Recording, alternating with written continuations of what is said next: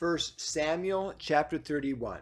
Now the Philistines fought against Israel, and the men of Israel fled before the Philistines and fell down slain in Mount Gilboa.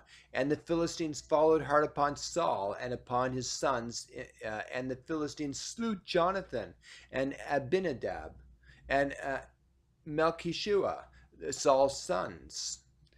And the battle went sore against Saul, and the archers hit him, and he was sore wounded of the archers. And then said Saul unto his armor bearer, Draw thy sword and thrust me through therewith, lest these uncircumcised come and thrust me through and abuse me.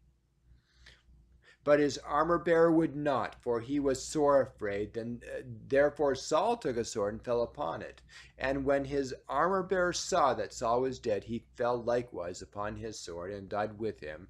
So Saul died, and his 3 sons and his armor bearer, and all his men that same day together.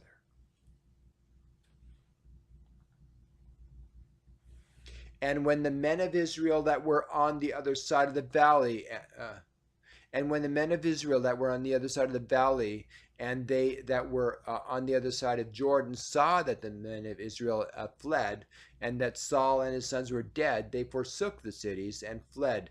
And the Philistines came and dwelt in them. And it came to pass on the morrow, when the Philistines came to strip the slain, that they found Saul and his 3 sons fallen in Mount Gilboa. And they cut off his head, and they stripped off his armor, and they sent into the land of the Philistines round about to publish it in the house of their idols and among the people. And they put his armor in the house of Ashtaroth, and they fastened his body to the wall of Bethshan. And when the inhabitants of Jabesh Gilead heard of that which the Philistines had done to Saul, all the valiant men arose and went all night and took the body of Saul and the bodies of his sons from the wall of Bethshan, and came to Jabesh and burnt them there. And they took their bones and buried them under a tree at Jabesh, and fasted 7 days.